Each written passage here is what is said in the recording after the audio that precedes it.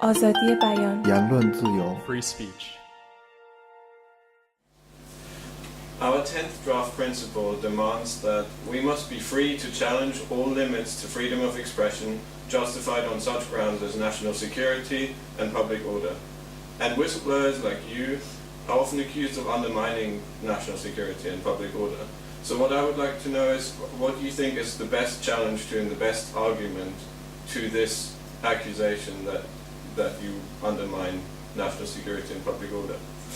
Well, I think there's a number of strands to that question. First of all, the concept of national security has never been legally defined under the terms of the UK law. And it can be used and abused as a sort of get-out-of-jail-free card time and time again by both the intelligence agencies and the governments who want to hide crimes and things that cause them embarrassment. So if we were to say that free speech can be impeded to protect national security, that statement, that phrase, needs to be legally defined. And we're not there yet. And quite often as well we get a sense that that national security as a concept is conflated with the national interest, which can be the interests of the spy agencies or the interests of the government of the day. So it's a very British model at the moment. I think it's ironic that we're now discussing the need for 10 principles around free speech, when in fact all this was thrashed out decades ago, when the Universal Declaration of Human Rights was formulated in 1948. So we have a situation where we've sort of regressed from those basic principles and those basic rights to a situation where it's a mess now. But in terms of the accusations thrown at whistleblowers, there are issues there as well, because there is no legitimate avenue to go to as an intelligence whistleblower.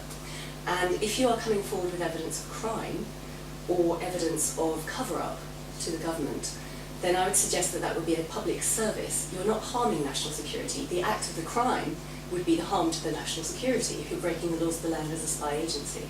So I think that needs addressing too.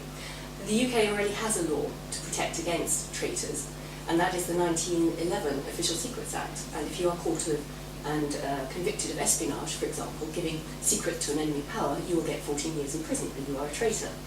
But what we have in the UK is the 1989 Official Secrets Act, which runs alongside it, and that was designed purely to stifle whistleblowers. And that says that there is no legitimate avenue that a whistleblower can go to from the intelligence agency, even if they witness murder. They can only go to the head of that agency to complain about that crime. So I think in terms of freedom of expression, sure there needs to be some sort of balance, but we're nowhere near that yet in the UK.